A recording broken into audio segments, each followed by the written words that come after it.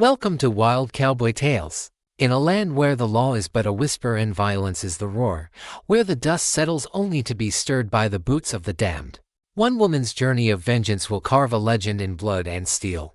This is the tale of Evelyn Graves, a lawwoman left for dead who rose from the ashes not as a phoenix, but as a fury. So pull up a stool, pour yourself a whiskey, and listen to the story of a ghost who walked the sun-scorched earth, hunting the demons who wore the faces of men. This is the story of Redemption's shadow. The sun beat down on the town of Redemption, a merciless, molten eye in a slate blue sky. Dust, the color of old bones, coated everything: rickety saloons, the leaning storefronts of the general store and gunsmith, the silent, watchful facade of the marshal's office. It was a town clinging to the edge of civilization by its fingernails, a place where the line between the law and lawlessness was as thin and shifting as a noontime shadow. Inside that office, U.S. Deputy Marshal Evelyn Graves stared down at the map spread across Marshal Brody's desk. The lines and markings depicted the treacherous terrain of Crimson Canyon, a place spoken of in hushed tones, a known haven for the notorious Blackwater gang. Evelyn was a woman forged in the crucible of this hard land. Her face, framed by dark hair usually pulled back in a practical braid, was a testament to her life's journey. There were laugh lines around her eyes, remnants of a time before the weight of the badge settled on her shoulders, but they were now etched deeper by sun and the constant vigilance her job demanded. Her eyes, the color of a stormy sky, missed nothing. They held a sharpness that could make the most hardened criminal uneasy, a reflection of a mind that was always 2 steps ahead. At her hip, the worn leather of her gun belt was a familiar comfort, the weight of her cold peacemaker a constant reminder of the fragile peace she was sworn to uphold. She was respected, not just for her skill with a firearm, but for her unbending sense of justice, a beacon of integrity in a world rife with corruption. They hit the Silver Creek stagecoach again, Marshal Brody said, his voice a low growl that seemed to stir the dust motes dancing in the shafts of light piercing the grimy window. Brody was a man whose formidable presence had once commanded respect. Now, a weariness had settled onto his broad shoulders, the gray in his hair and beard more pronounced. His eyes holding a haunted look that spoke of too many battles lost against the encroaching tide of chaos. He traced the stagecoach route on the map with a thick, callous finger. Took the payroll for the new railroad expansion. That's the 3rd time this month. It's the Blackwater gang, has to be. No one else is that bold, or that bloodthirsty. Evelyn's gaze was fixed on the map, her mind already piecing together the gang's movements, their likely escape routes. They're getting sloppy, she said, her voice calm and measured, a stark contrast to Brody's simmering anger. Or confident. Either way, it's a mistake we can exploit. The plan was simple, audacious even. They would leak false information about a large gold shipment being transported in a lightly guarded wagon. It was a trap, and Crimson Canyon, with its labyrinthine gorges and natural choke points, was the perfect place to spring it. Evelyn had her reservations. The canyon was treacherous territory, a place where an ambush could just as easily be turned on its head. But Brody had been insistent, his desperation for a decisive victory overriding his usual caution. He had handpicked a posse of his most trusted deputies, the hot-headed but fiercely loyal Deputy Miller, and the quiet, watchful Deputy Kane. Together, they would ride out at dawn. The air was crisp and cool as they left Redemption the next morning, the first fingers of sunlight painting the eastern sky in hues of orange and pink.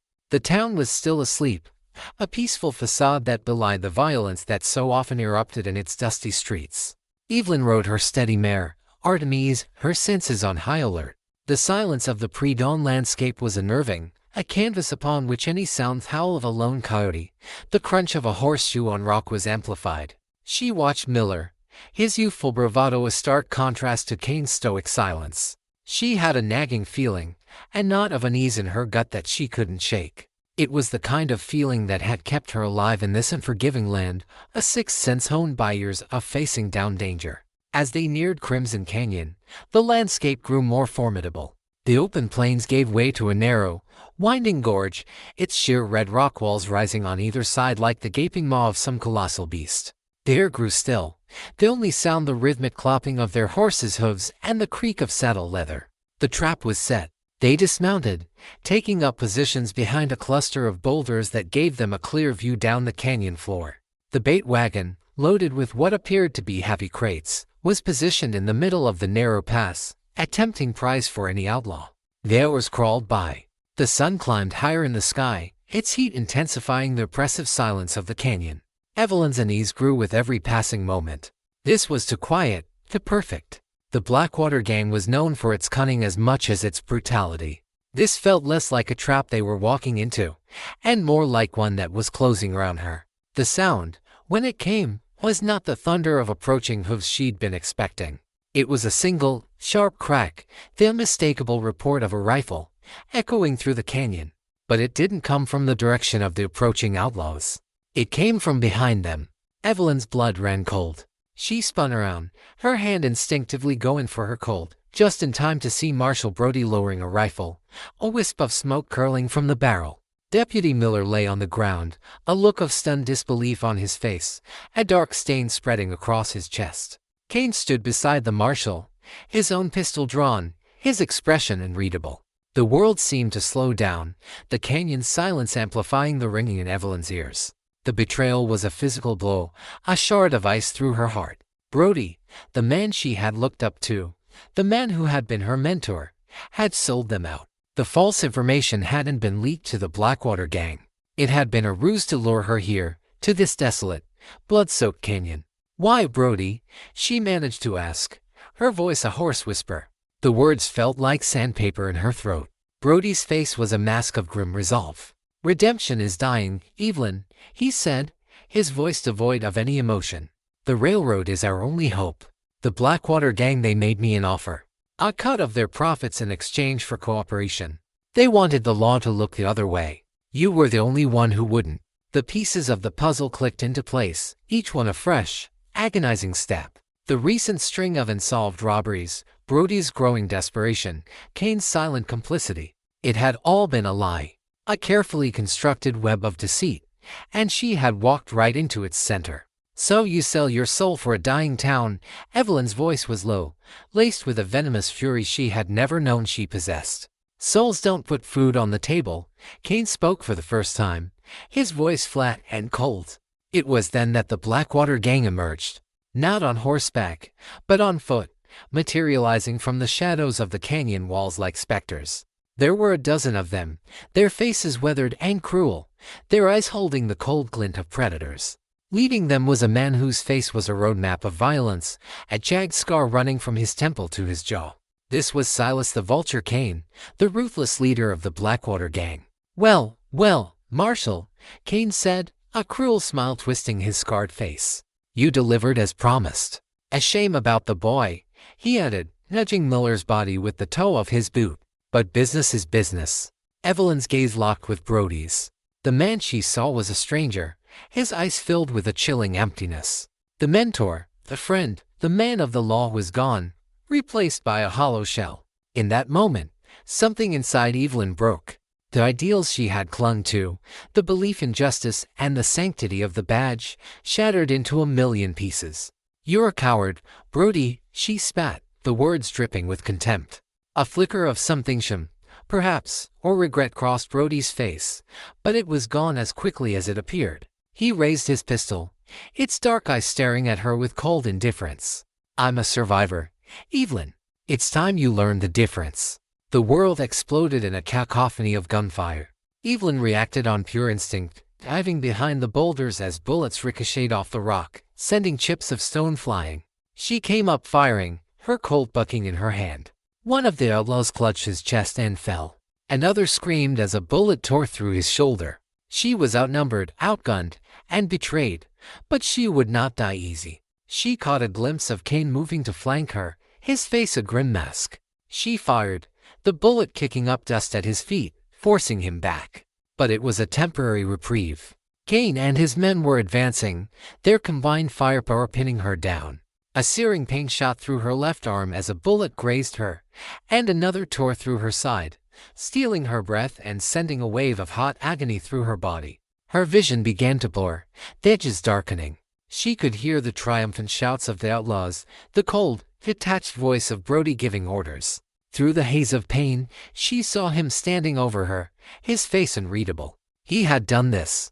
He had led her into this slaughter, murdered a loyal deputy, and allied himself with the very scum they had sworn to fight. The last thing she saw before the darkness consumed her was the glint of the sun on the tin star pinned to Brody's chest, star that had once been a symbol of hope, now a mocking testament to the death of justice. As her consciousness faded, a single, burning thought remained: revenge. It was a promise she made to herself in the echoing silence of Crimson Canyon, a vow sealed in the blood of betrayal. Pain was the first thing to claw its way back into Evelyn's consciousness. It was a living entity, a fire that licked at the edges of her awareness before roaring to life, consuming her entirely. It was the searing agony in her side, a deep, tearing throb that made every breath a fresh torment.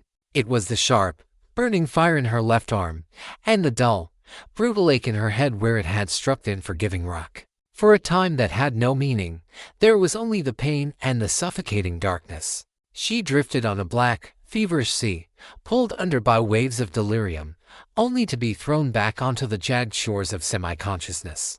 In those fleeting moments of clarity, the memory of the betrayal returned, sharper and more painful than any physical wound. She saw Miller's face, the look of shocked disbelief frozen there for eternity. She saw Kane's stoic mask, the silent accomplice.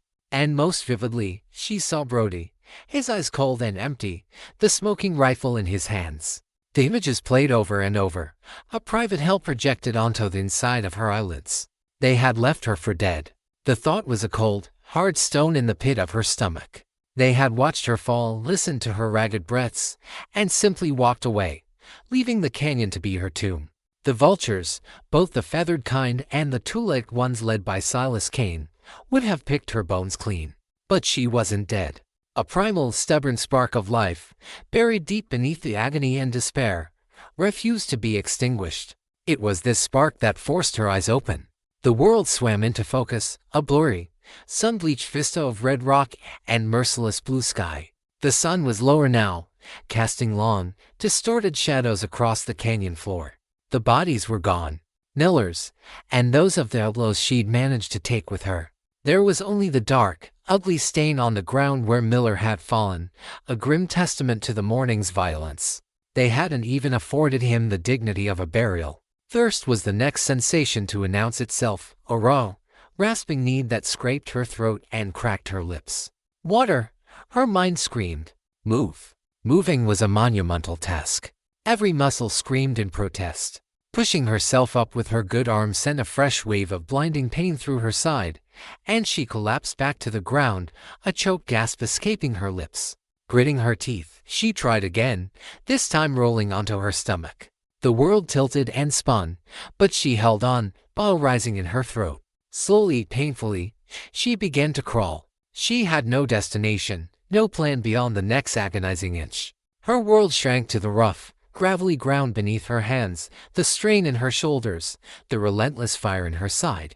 The sun beat down on her, a physical weight trying to press her into the dust. Time ceased to have meaning. There was only the crawl, the pain, and the burning thirst. Her mind, fractured by fever and agony, played tricks on her.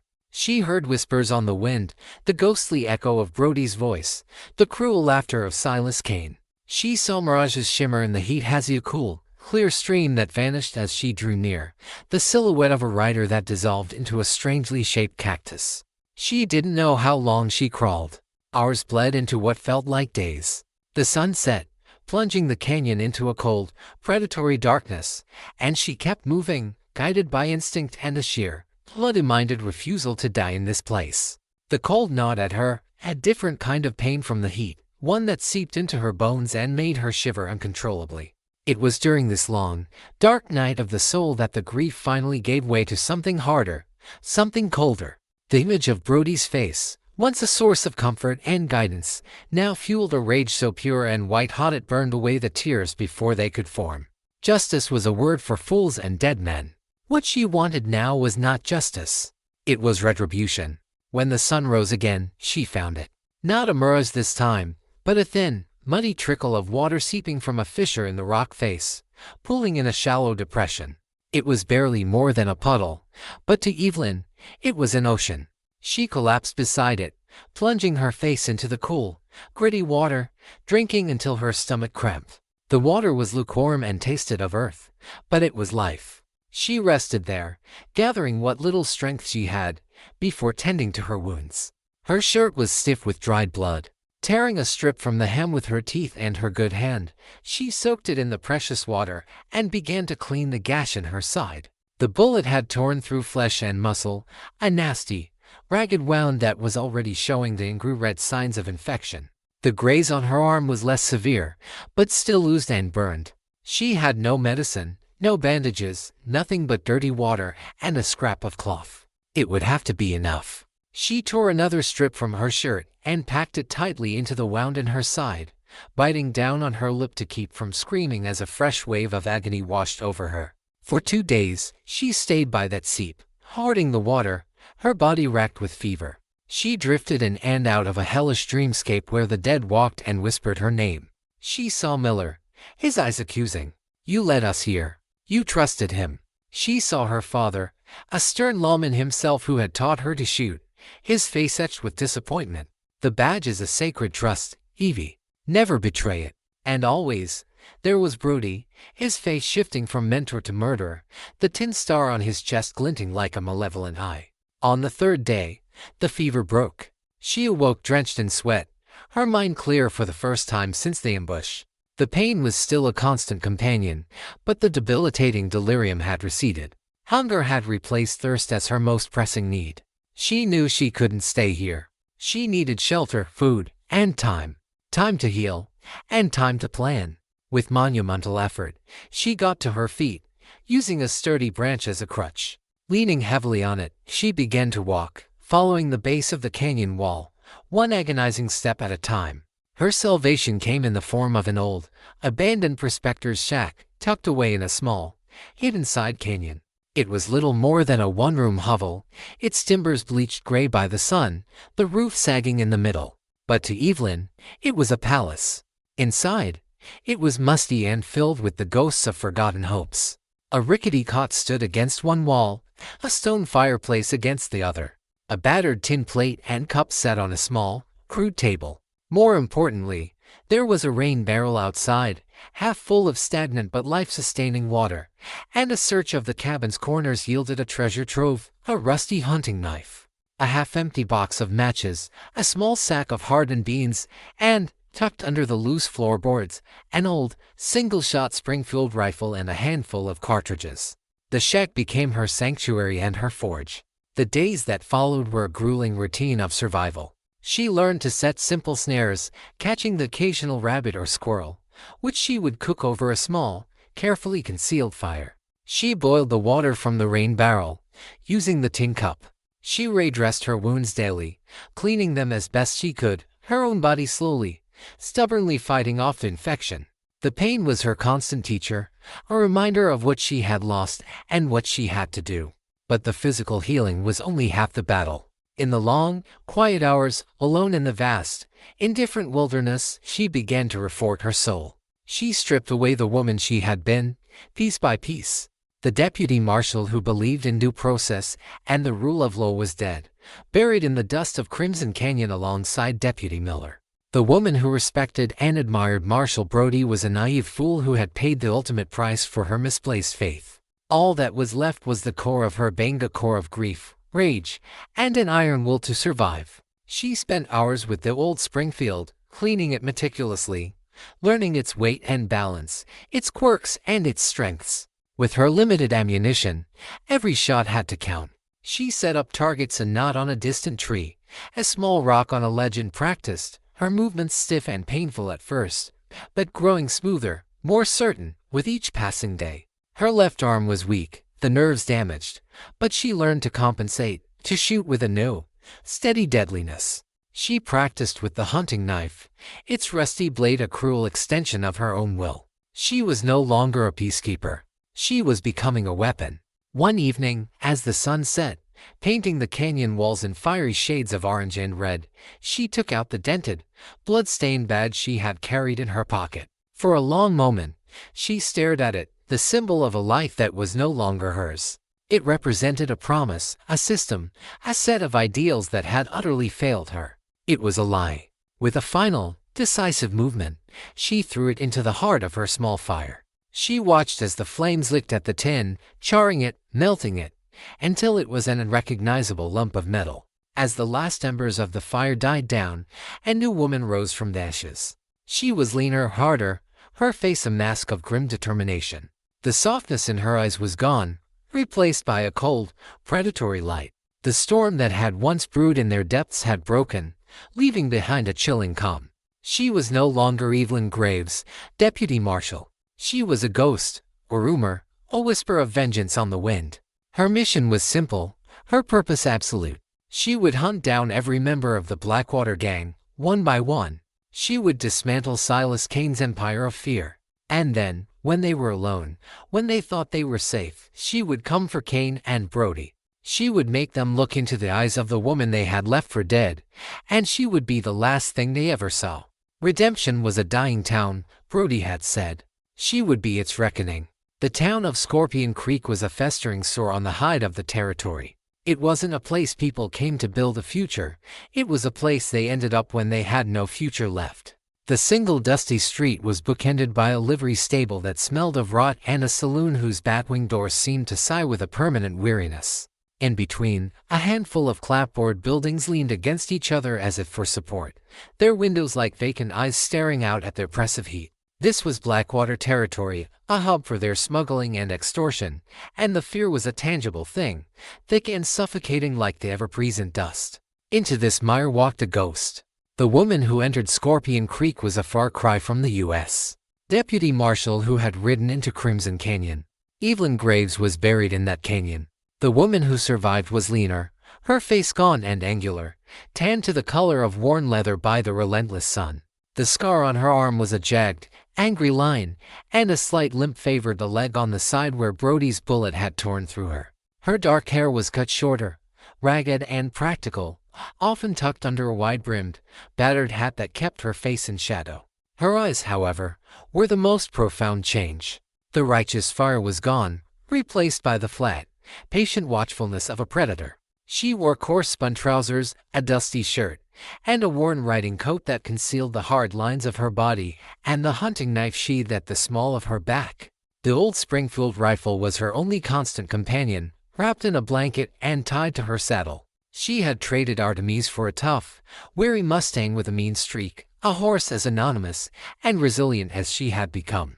She called herself Eve. It was simple, forgettable. In Scorpion Creek, she took a room above the saloon, paying with a few coins she'd earned doing odd jobs mending fences and breaking horses at a ranch miles away. The room was little more than a closet with a cot, but it offered a view of the street, a perch from which to watch the town's wretched life unfold. For the first few days, she did nothing but watch and listen. She spent hours in the corner of the saloon, nursing a single beer, her senses absorbing every detail, the nervous tremor in the bartender's hand as he served a trio of rough-looking men. The way townsfolk averted their eyes when those same men walked by, the hushed, fearful whispers that followed in their wake. These men were the local face of the Blackwater gang. The one they all deferred to was a mountain of a man named Jedediah Jed Grimes. He had a thick, greasy beard, small, piggish eyes, and hands like slabs of cured meat. He was a bully, pure and simple, who ruled through crude intimidation and casual brutality. Evelyn watched him extort protection money from the general store owner, saw him knock a man to the ground for an imagined slight, listened to his booming laughter echo through the saloon as he recounted his cruelties. In his arrogance, Jed was careless. He boasted, he drank too much, and he laid out the gang's local operations for anyone with the ears to listen. Evelyn learned that he was the bagman for this area, collecting the gang's ill-gotten gains and storing them before they were moved up the chain to Silas Kane. Her opportunity to connect with the downtrodden, as she knew she must, came not with a grand gesture, but a quiet one. The town blacksmith, a man named Elias Vance, was a widower with a young daughter, Sarah. Elias was a good man, his powerful arms and soot-stained face a testament to an honest, if difficult, life. Evelyn saw the fear in his eyes every time Jed Grimes swaggered past his forge. One afternoon, she watched as Jed cornered Elias, his massive frame blocking the light from the forge's entrance. The conversation was low, but Jed's menacing tone was unmistakable. He shoved Elias against the wall, and the blacksmith, for all his strength, seemed to shrink, utterly defeated. Jed left with a small, heavy leather pouch, and Elias slumped against an anvil, his head in his hands. Later that evening, Evelyn found Elias behind the forge, staring into the dying embers. His daughter, a small girl with wide, frightened eyes, clung to his leg. "He took this week's earnings," Elias said, not to her, but to the darkness. Said the price of protection went up. "There won't be enough for flour, let alone anything else." "Why do you pay?" Eve's voice was quiet, raspy from disuse. Elias looked up, startled. He saw a stranger, a gaunt woman with eyes that held no pity, only a chilling intensity. "You must be new here," he scoffed bitterly. "You don't say no to Jed Grimes. Not if you value your forge. Not if you value your family." He pulled his daughter closer. Eve looked at the little girl, and for a fleeting moment, a flicker of the old Evelyn surfaced, a protective instinct, a pang of righteous anger. She quickly smothered it. That woman was dead. Pity was a weakness she could not afford. "What if he couldn't collect any more?" she asked, her voice flat. Elias stared at her, a mixture of fear and a desperate, foolish hope dawning in his eyes. "He's part of the Blackwater gang. You cross him, you cross all of them. They'd burn this town to the ground for one of their own. Fear is the only cage they have," Eve said, her gaze unwavering. "And you're all living in it." She left him then, but the seed was planted. The next day, she returned to the forge. Her Mustang had thrown a shoe on the ride-in. As Elias worked, his hammer ringing a mournful rhythm, she spoke, not asking questions directly, but making observations. She talked about the routines of the town, of the way men like Jed become predictable through arrogance. Elias, emboldened by her strange, quiet confidence, began to talk. He told her about Jed's habits. He spent his evenings at the saloon, drinking until he was sloppy. Then, he would stumble back to a small, isolated cabin on the edge of town, where he kept the collections. He always took the same path, a dark alleyway between the general store and the assayer's office. That night, Evelyn became a shadow. She didn't go to the saloon. She went to the alleyway. The darkness was her ally, the deep pockets of black between the faint moonlight her hunting ground. She found a spot in a recessed doorway, a place where she could see the entrance to the alley without being seen. She became utterly still, her breathing slow and shallow, the Springfield held ready. She was not a lawwoman waiting to make an arrest. She was a trapper waiting for her prey. Hours passed. The raucous noise from the saloon eventually died down. Finally, she heard him heavy, stumbling footsteps and a tuneless, drunken humming. Jed Grimes appeared, a hulking silhouette against the faint light of the street. He turned into the alley, and the darkness swallowed him. Evelyn didn't move from her spot. She let him get halfway down the narrow passage. "Jedediah Grimes," she said. Her voice was not loud, but it cut through the silence like a razor. Grimes stopped, swaying on his feet. He peered into the darkness, his hand clumsily going for the pistol at his hip. "Who's there? Show yourself. You took something that wasn't yours." The voice came again, disembodied, seeming to come from the walls around him. "I take what I'm owed," he bellowed, his drunken courage turning to bluster. "Now show yourself before I start shooting." "That's the problem with men like you," Evelyn said, stepping out of the doorway, the Springfield leveled at his chest. "You confuse fear with respect. You think you're owed everything." In the dim light, he couldn't make out her features, only her shape and the unwavering barrel of the rifle. "Who the hell are you?" "I'm a ghost," she said, her voice dropping to a near whisper. "From Crimson Canyon." A flicker of recognition, of dawning horror, crossed Jed's face. He had heard the stories from the other gang members, the whispers of a bloody ambush, of a female deputy who had been left for dead. But that was impossible. "You're dead," he stammered, the drunken haze vanishing, replaced by a cold, sober terror. "Not yet," Evelyn replied. She took a step closer. "But you are." He finally saw her face then, the haunted eyes, the grim set of her jaw. It was a face from a nightmare. With a roar of pure panic, he drew his pistol. He was fast for a big man, but Evelyn had been waiting for it. The Springfield bucked against her shoulder, the single shot and deafening explosion in the confined space. The bullet struck Jed Grimes square in the chest, lifting him off his feet and slamming him against the far wall of the alley. He slid to the ground, a look of profound surprise on his face, then fired pistol clattering from his lifeless hand. Evelyn moved forward, her senses on high alert, but the town remained silent, accustomed to the sounds of violence. She knelt beside the body, took the pouch of money from his coat, and found a key. A quick search of his cabin, guided by the information from Elias, yielded a lockbox containing the rest of the week's extortion money. She didn't keep a single coin. Before the sun rose, a heavy leather pouch appeared on the anvil in Elias Vance's forge.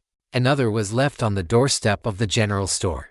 The rest was scattered in the town's well. When the body of Judd Grimes was discovered at dawn, the town of Scorpion Creek buzzed with a terrified excitement.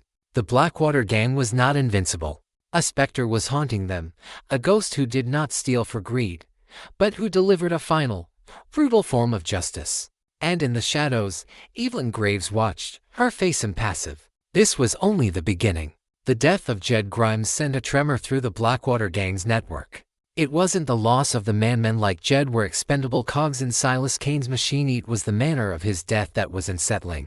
The stolen money returned, the whispers of a ghost from Crimson Canyon. It was a narrative, a challenge. And Silas Kane did not suffer challenges. The response was swift. A new man was dispatched to the region, not just to restore order, but to hunt this emerging phantom. His name was Finn Cutter Malone. Cutter was a different breed from the brutish Jed. Where Jed was a cudgel, Cutter was a razor. He was a weary man of average height, with thinning hair and a nervous energy that kept his fingers constantly drumming on his gun belt. His unassuming appearance was deceptive. His eyes, a pale, washed-out blue, missed nothing, and he possessed a cruel intelligence that made him far more dangerous than any simple thug. He was Silas Kane's problem solver, the man sent in to tighten the serpent's coil when it began to loosen. Evelyn learned of his impending rival from the nervous chatter in the saloon. She knew that staying in Scorpion Creek was no longer an option.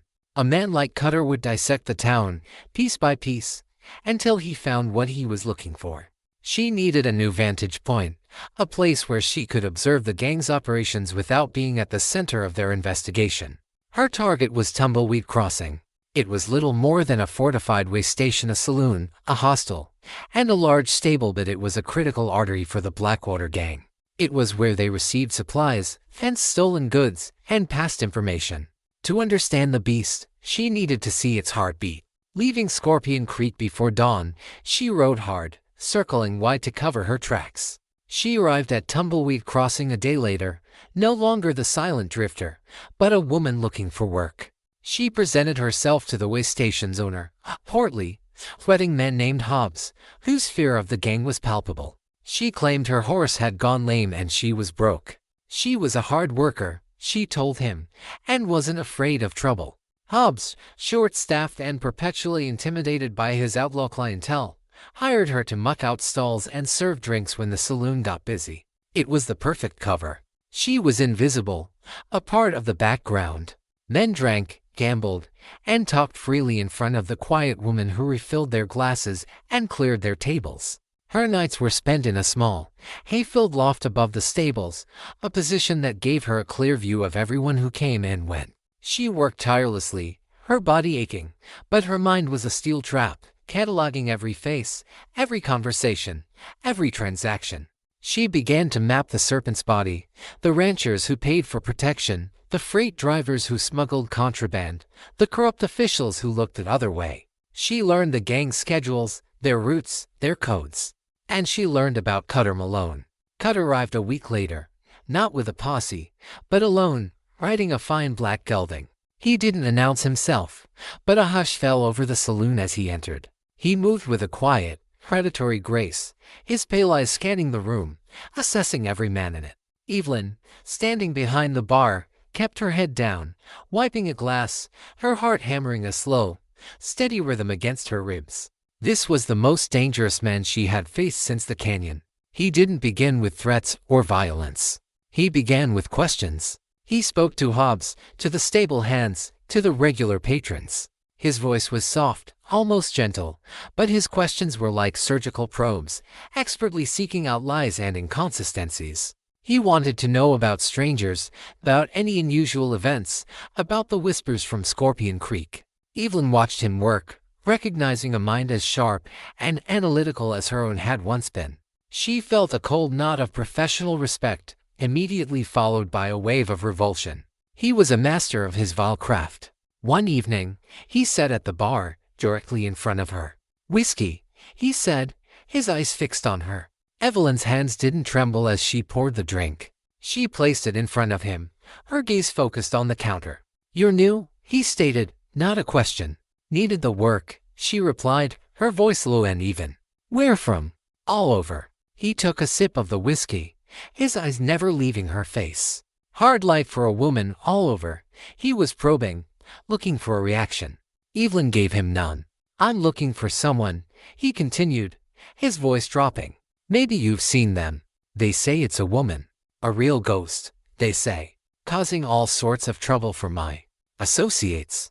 "I just served the drinks," Evelyn said, turning to wipe down another section of the bar. His hand shot out, his fingers closing around her wrist like a manacle.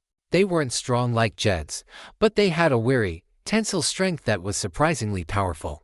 "Look at me when I'm talking to you." Slowly, Evelyn turned her head and met his gaze. She let her own eyes go blank, channeling the exhaustion and despair of a woman truly at the end of her rope. She let him see the faded scars, the gauntness of her face. She let him see what he expected to see, a broken victim of the harsh frontier. For a long moment, he studied her, his pale eyes searching for a flicker of defiance, a sign of a lie. Evelyn held her breath. The silence stretched, thick with menace. Finally, a corner of his mouth twitched, a dismissive smirk. "Yeah," he said, releasing her wrist. "You just served the drinks." He had looked at her, but he hadn't seen her. He had seen what he wanted to see. It was a victory, but a chilling one. She was closer to the edge than she had realized. She knew she had to act fast. Through her observations, she had identified Cutter's most valuable asset at the way station, a locked strongbox in Hobbs's office where he kept his records. Not just financial ledgers, but lists of contacts, shipment manifests, and, most importantly, a detailed map marking the gang's hidden stashes and safe houses throughout the territory. It was the serpent's brain. Taking it would not only cripple their operations but would give her a roadmap for the rest of her hunt. Her plan required a diversion, a big one. The next night, a large group of drovers, flush with cash, filled the saloon. The air was thick with smoke, sweat, and cheap whiskey. It was the perfect storm of chaos. While serving drinks, Evelyn accidentally spilled a full tray on a notoriously short-tempered outlaw. The man exploded in a rage. A chair was thrown. A punch was landed. Within seconds, the saloon erupted into a full-scale brawl. It was the diversion she needed. As Cutter and his men waded into the fray to restore order, Evelyn slipped out the back. The door to Hobbs's office was flimsy. A single, well-placed kick shattered the lock. The strongbox was heavy, bolted to the floor. She didn't have time to break it open here. Instead, she used a crowbar from the stables to pry the bolts from the floorboards, the sound masked by the roar from the saloon. Hoisting the heavy box onto her shoulder, she was about to leave when the door creaked open. Cutter Malone stood there, a bloody split on his lip and a look of cold realization in his eyes. The brawl had been too convenient, her disappearance too timely. "The barmaid," he said, a slow, dangerous smile spreading across his face. He drew his pistol. The ghost. There was no time for words. As he raised his gun, Evelyn hurled the heavy strongbox at him with every ounce of her strength. It was a desperate, unexpected move. Cutter, caught off guard, fired, but the shot went wild, splintering the doorframe as he stumbled back to avoid the crushing weight of the box. That was the only opening Evelyn needed. She didn't go for her rifle. She lunged forward, the rusty hunting knife appearing in her hand as if by magic. She closed the distance before he could recover, her attack a blur of vicious, efficient motion. She slashed at his gun arm, the blade biting deep, forcing a scream of pain and the clatter of his pistol on the floor. He tried to fight back with his other hand, but she was inside his reach, a whirlwind of focused fury. She drove the hilt of her knife into his temple, dazing him, then slammed her knee into his gut. He was tougher than Jed. He staggered but didn't fall, his eyes blazing with hatred. He lunged for her. She sidestepped, her foot lashing out, kicking his legs out from under him. He crashed to the floor. She stood over him, the point of the knife at his throat. Their eyes locked. His were filled with shock and pain. Hers were as cold and empty as a winter grave. She could have killed him. The old Evelyn would have arrested him. The new Evelyn did something else. She was sending a message. "Tell Silas Kane," she whispered, her voice a venomous hiss, "that I am coming for him. Tell him the debt from Crimson Canyon will be paid in full. And tell him," she pressed the tip of the knife just hard enough to draw a bead of blood, "his serpent is headless." With that, she drove the knife into the wooden floorboards, inches from his face, the blade quivering with the force of the blow. Then she was gone, melting back into the night. She didn't take the strongbox. It was too cumbersome. She had what she needed: his fear, and the knowledge that the gang was now hunting a ghost they could not comprehend. She left Tumbleweed Crossing as Cutter Malone's agonized shouts finally raised the alarm, the sound of her vengeance echoing behind her. The legend of the ghost of Crimson Canyon spread through the territory like a prairie fire. In dusty saloons and lonely campfire circles, the stories grew with each telling. They said the ghost was a spirit of a wronged lawwoman, that she could walk through walls and that her bullets never missed. They said she was targeting the Blackwater gang with a methodical, terrifying precision, leaving behind only bodies and the gang's own return money. The fear she instilled in the Outlaws was a palpable thing, making them jumpy, paranoid, and prone to mistakes.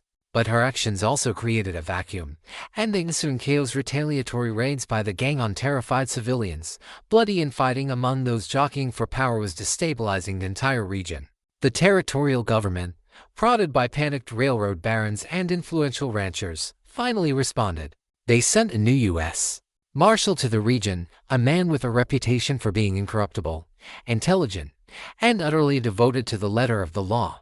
His name was Isaac Thorne. Thorne was everything Marshal Brody had pretended to be, and everything Evelyn had once aspired to be. He was young, barely 30, with a clean-shaven jaw and earnest, clear blue eyes that held a steady, unwavering belief in the system he represented. He arrived in the town of Providencia, a larger, more established settlement that was struggling to fend off the Blackwater gang's influence, and not with bluster, but with a quiet competence that commanded respect. He began his work methodically, interviewing witnesses, studying maps, and piecing together the fractured puzzle of the region's lawlessness. He found himself fighting a war on two fronts. On one side was the Blackwater gang, a deeply entrenched criminal organization. On the other was this mysterious vigilante, this ghost, whose actions, while seemingly aimed at criminals, were just as disruptive to the rule of law. To Marshal Thorne, justice was not a personal vendetta. It was a process, carried out in a courtroom, not in a dark alley. The ghost was a murderer, plain and simple, and he was sworn to bring them to justice, same as any other outlaw. Evelyn, meanwhile, had been using the information gleaned from her encounter with Cutter. The ledgers and maps he'd carried in his head, which she'd forced him to reveal pieces of through targeted strikes, had given her a new target, a man named Marcus Thorne, a seemingly respectable banker in Providence who was responsible for laundering the Blackwater gang's money. He was the financial linchpin of their entire operation. Taking him down would be like severing a vital organ. She entered Providence as she had the other towns, a quiet, unassuming drifter. But here, the presence of the new marshal complicated everything. She saw him on the street, saw the way he carried himself, the determined set of his jaw. She saw the tin star on his chest and felt a pang of something she hadn't felt in a long time, a ghost of her former self, a flicker of what she had lost. He was a good man, she could see that.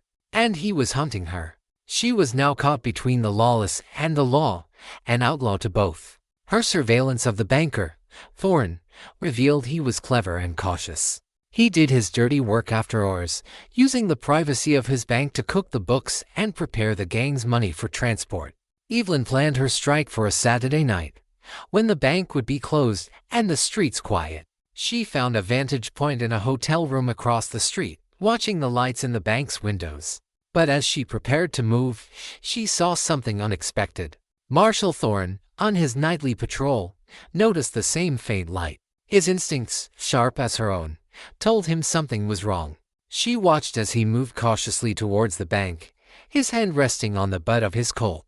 A cold dread filled Evelyn's stomach. Her plan was about to collide with the very law she once served. She had two choices: abandon her mission and let the banker escape, or proceed and risk a confrontation with a man she knew was not her enemy. Just as the marshal reached the bank's front door, the back door burst open. Two of the Blackwater gang's enforcers, there to pick up the money, came running out, alerted to the marshal's approach. The banker was with them, clutching a heavy satchel. Gunfire erupted in the night air. Marshal Thorne, though taken by surprise, reacted instantly, diving behind a water trough for cover, his own pistol barking in the darkness. But he was outnumbered 3-1.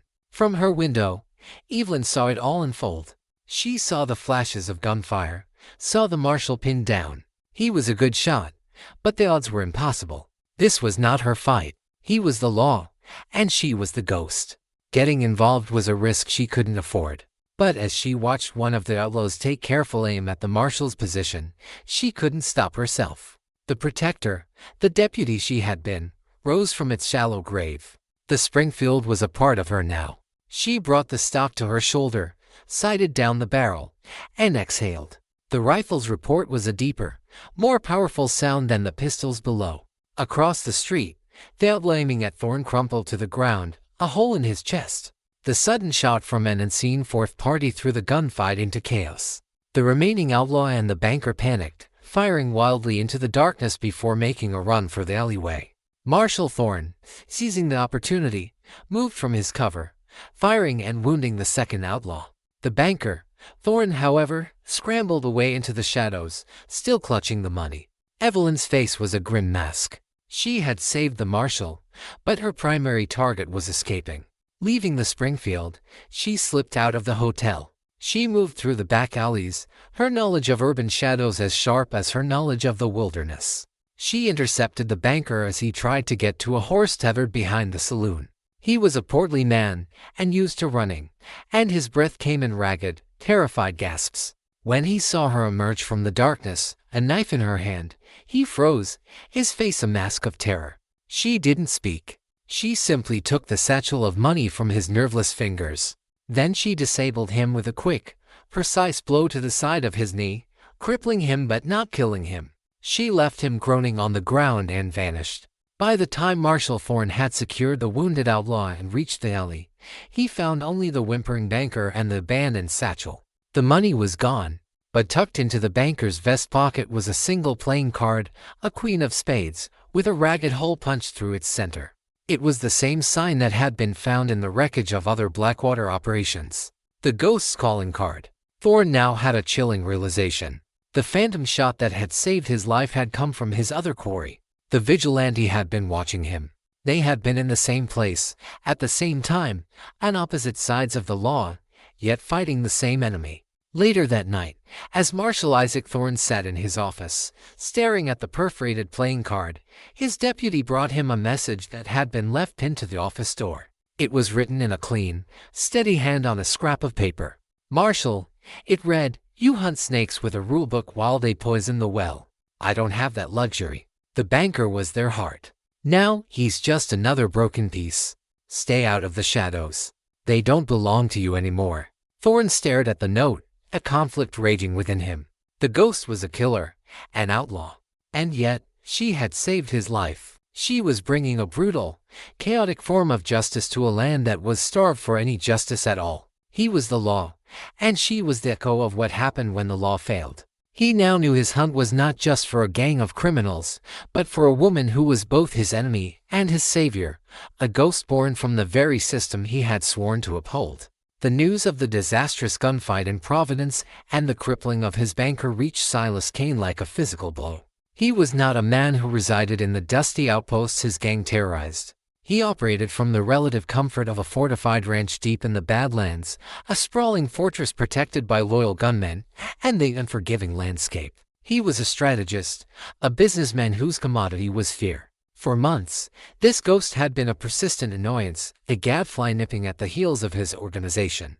Now, she had struck at its heart, not only disrupting his cash flow but, more dangerously, exposing a vulnerability. The legend was becoming more powerful than the fear of his own name, and that was a threat he could not tolerate. From the shadows of disgrace emerged Cutter Malone. His arm, crudely stitched and permanently stiff, was a constant, burning reminder of his failure at Tumbleweed Crossing. He had been demoted, ridiculed, and left to lick his wounds.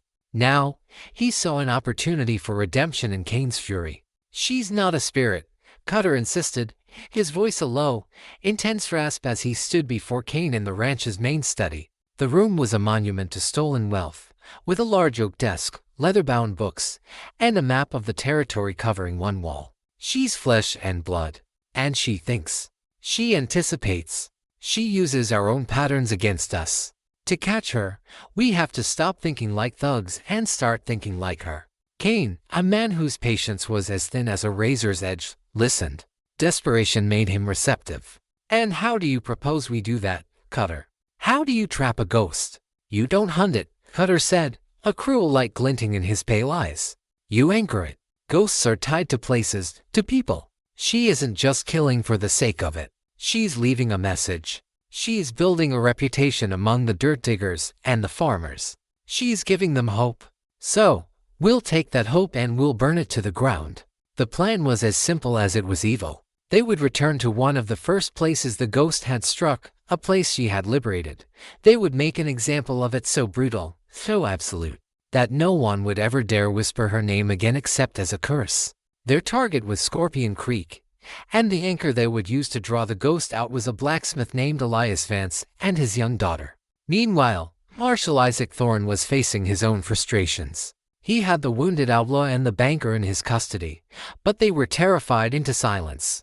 The perforated playing card on his desk was a constant, knocking reminder of the parallel justice being meted out in his territory. He followed the ghost's trail, always a step behind. He visited Scorpion Creek, where the townsfolk spoke of a quiet woman named Eve who had disappeared the same night Jed Grimes was killed. He went to Tumbleweed Crossing, where a terrified Hobbs described a barmaid who had outwitted and crippled the infamous Cutter Malone. A picture began to form in Thorne's mind, not of a supernatural phantom, but of a highly trained, ruthlessly efficient woman. The description he pieced together was disturbingly familiar. He sent a telegraph to the U.S. Marshal's Central Records Office with a query: a female deputy, dark hair, skilled with firearms, who may have gone missing or been reported killed in the last year. In the wilderness, Evelyn was wounded in a way that went deeper than flesh. Saving the marshal had been a reflex, an echo of a woman she no longer was. The act had shaken her, reminding her of the clear, simple lines of the world she had lost. It made her feel vulnerable, exposed. She retreated to the mountains, to a hidden cave system she had discovered, to heal and to process. The banker's money was a burden. She couldn't spend it, it was tainted. In a moment of grim inspiration, she used it. She anonymously paid a freight driver to deliver a large crate to Providence. The crate contained medical supplies, bags of flour and grain, and new tools, with a note designating it for the families and businesses hurt by the Blackwater gang. The rest of the money she burned, watching the paper curl into black ash, a cleansing ritual for a soul that could never truly be clean. It was during this time in the mountains that she learned of Kane's plan. A lone prospector, who had seen a large party of Blackwater riders heading towards Scorpion Creek, passed by her camp, sharing the news in exchange for a hot meal. His words struck Evelyn with the force of a physical blow. They weren't just riding on the town, the prospector had overheard their talk. They were going for the blacksmith. Evelyn's blood ran cold. Elias and Sarah. She had tried to keep her war impersonal, a series of tactical strikes against a faceless enemy. But she had involved them. She had planted the seed of defiance in Elias, and now his family was going to pay the price. The ghost was anchored, just as Cutter had predicted. Her mission of vengeance had just become a mission of protection, a far more dangerous and complicated proposition. She packed her meager belongings, her face set like stone. The time for hiding in the shadows was over. She was riding back into the fire. Scorpion Creek baked under a sun that seemed to share the Blackwater gang's malice. The town was a hostage. Cutter Malone, flanked by 24 of Kane's most ruthless killers, had taken control with brutal efficiency. They didn't occupy the town, they laid siege to it from a camp on the low mesa overlooking the single dusty street. Their message was simple and delivered by a terrified stable boy. The ghost was to show herself in the center of town by high noon in today's time. If she failed to appear, they would burn the blacksmith's forge. If she still didn't appear, they would hang the blacksmith, and then his daughter. Fear, thicker and more potent than ever before, descended upon Scorpion Creek. Elias Vance and his daughter were taken from their home and held in the town's small, flimsy jail cell, not as prisoners of the law, but as collateral. Cutter paced the street like a caged wolf, his authority absolute, his cruelty a constant, low-level hum. He was savoring his revenge, not just on the ghost, but on the very idea of hope she represented. Evelyn did not ride directly into the trap. She arrived the night before the deadline, a phantom slipping through the cordon of sentries Cutter had posted. She moved through the darkness, her knowledge of the terrain her greatest weapon. She found a hiding place in the abandoned livery stable at the edge of town, a building filled with the ghosts of old hay and the stench of decay. From a grimy loft window, she had a clear view of the jail, the forge, and the main street. She was one woman against more than 20 hardened gunmen. The odds were not just long, they were suicidal. As dawn broke on the final day, another rider approached Scorpion Creek. Marshal Isaac Thorne rode with a posse of 6 deputies, the most he could muster on short notice. A reply to his telegraph had arrived late the night before. The message detailed the ambush at Crimson Canyon, the betrayal by Marshal Brody, and the presumed death of Deputy Evelyn Graves, a lawwoman whose physical description matched the ghost perfectly. Thorne now knew who he was hunting, and why. He also knew, from his own network of informants, that Silas Kane's men were making a move on Scorpion Creek. He was no longer just hunting a vigilante, he was riding to prevent a massacre.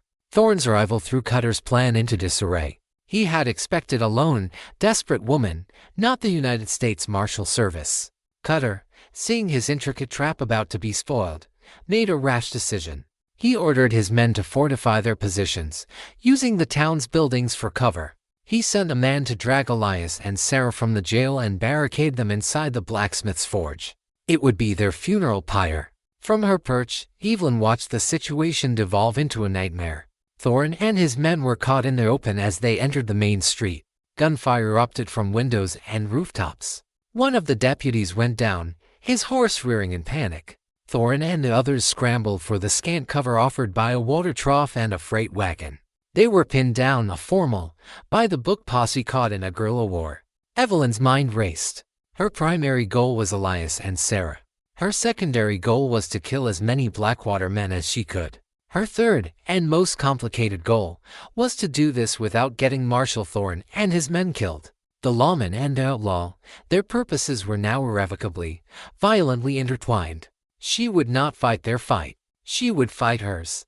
As the gun battle raged on the main street, creating a storm of noise and chaos, she slipped from the back of the livery stable. She moved like smoke, circling around the edge of town, using the ramshackle buildings and overgrown yards as her cover.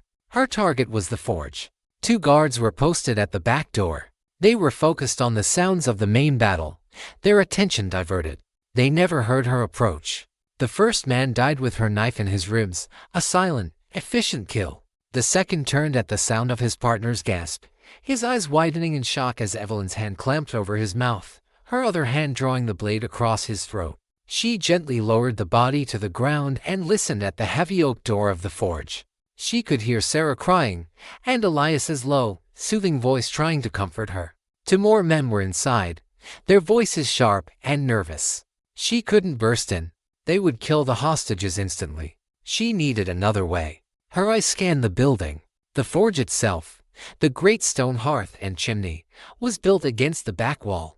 An idea, desperate and dangerous, took root. She climbed onto a stack of old barrels, grabbing the rough stone of the chimney. Her wounds ached, her muscles screamed, but she pulled herself up, finding purchase on the weathered mortar.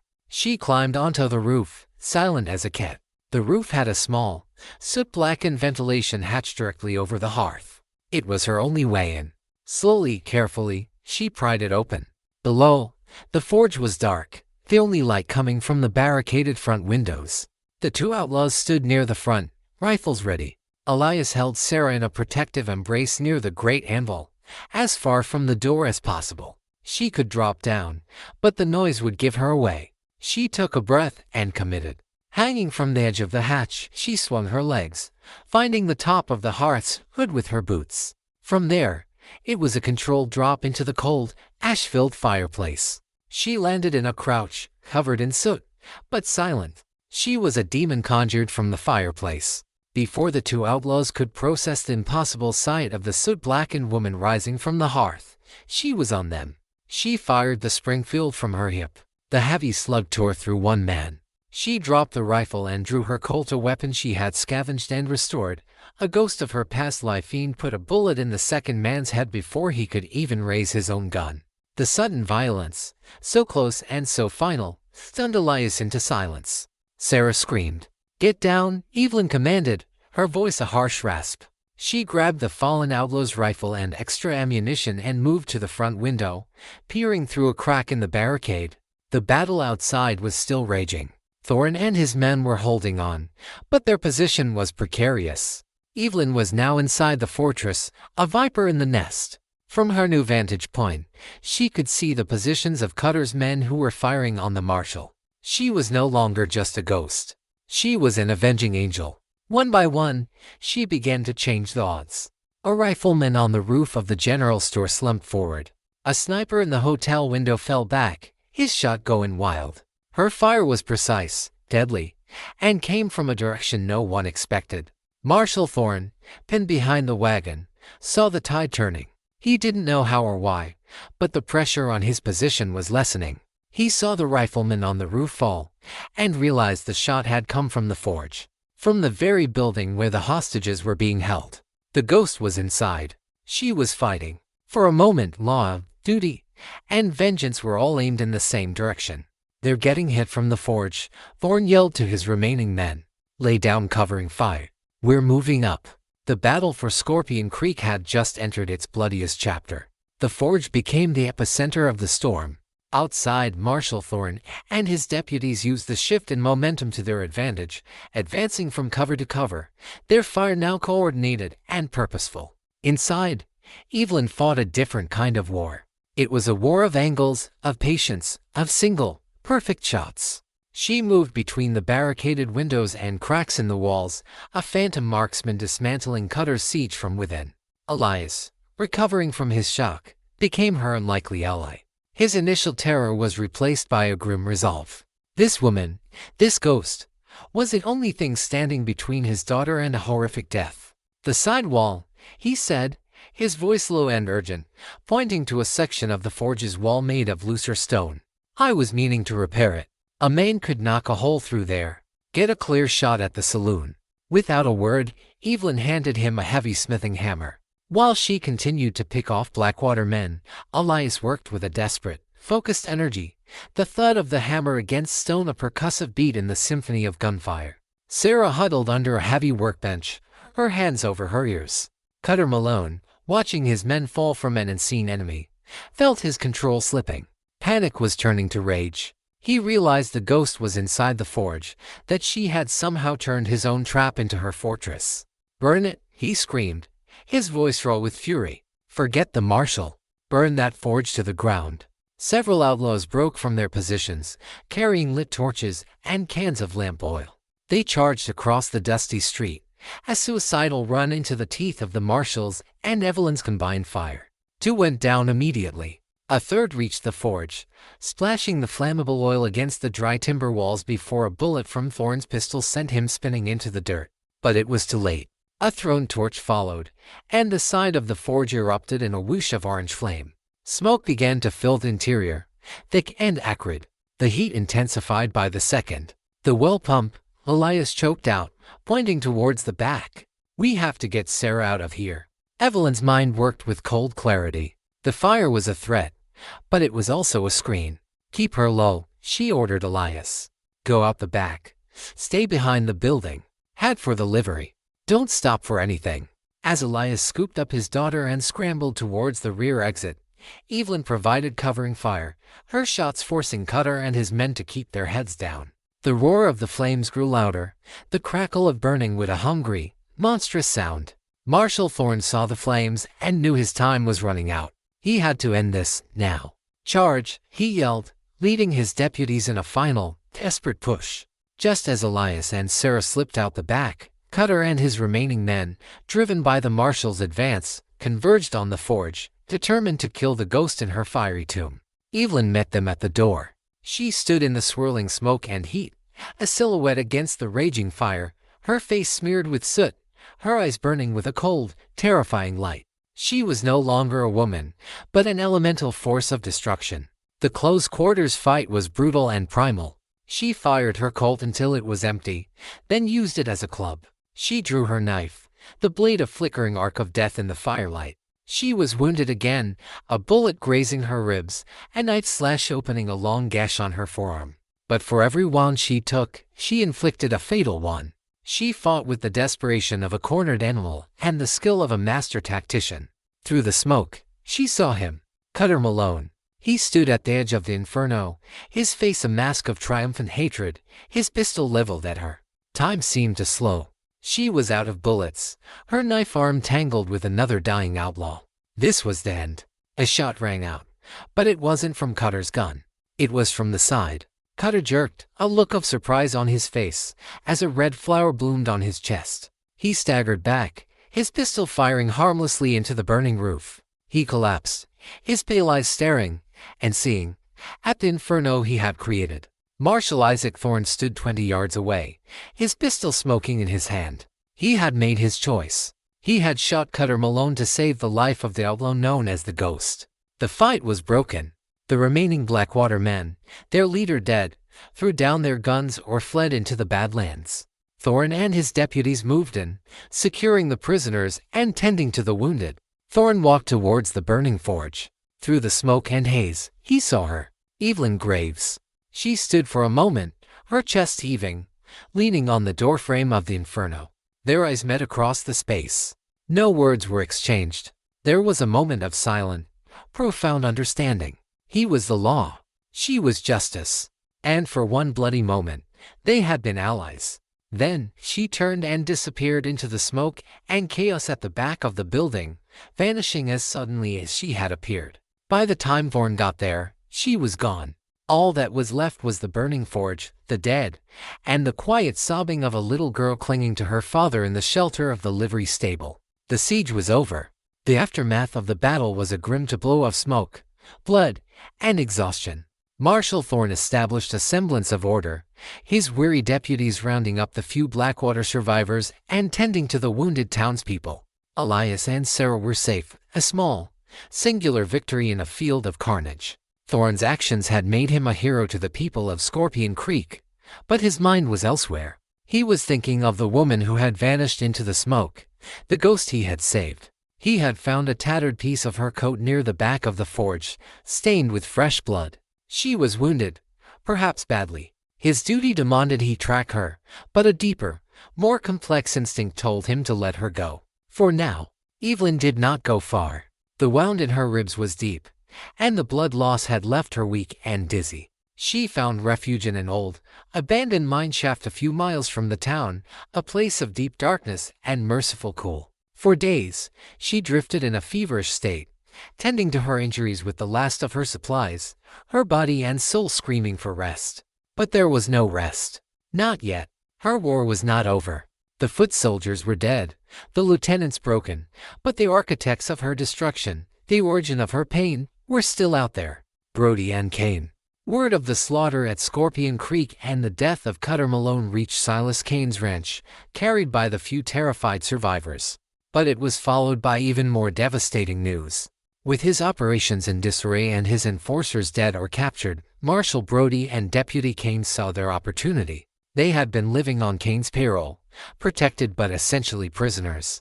In the chaos, they stole a significant amount of Kane's personal gold reserve, killed 2 of his guards, and fled. Their betrayal was the final, fatal blow to Kane's empire. He was a king with no kingdom, a snake with no fangs. But more than that, he was a man who had been cheated by the very traitors he had employed. Consumed by a singular, burning need for revenge, Silas Kane did the one thing no one expected. He rode alone, not after the ghost, but after Brody and Kane. Evelyn learned of this from her own network, the whispers of prospectors, the gossip of freight drivers, the silent language of the wilderness. She knew where Brody would go, back to the source of his shame, the place that defined his betrayal. He was heading for Crimson Canyon. It was a place he knew, a place he believed was haunted only by ghosts he could live with. He was wrong. It was a pilgrimage of pain for Evelyn. Every rock and every shadow of the canyon brought back the memory of Miller's death, of Brody's cold eyes. But now, she walked the canyon not as a victim, but as a predator. She found them camped in the very gorge where the ambush had taken place, a poetic, pathetic final stand. Kane had found them first. When Evelyn arrived, creeping along the canyon rim like a true phantom, the scene below was already one of desperation. Silas Kane, a man stripped of everything but his rage, was locked in a gunfight with Brody and Kane. The two ex-lawmen were pinned down behind the same cluster of boulders where Evelyn had been betrayed. Evelyn watched, her face an unreadable mask. She could let them kill each other. It would be a fitting end. But that wasn't her way. This was her reckoning. Her justice. She waited for her moment. Kane, ever the pragmatist, tried to break for cover, to flank Kane. A single shot from Evelyn Springfield echoed through the canyon. Kane fell, his legs shattering beneath him. He screamed, a sound of pure agony. The shot froze both Brody and Kane. They looked around, wildly, for the source.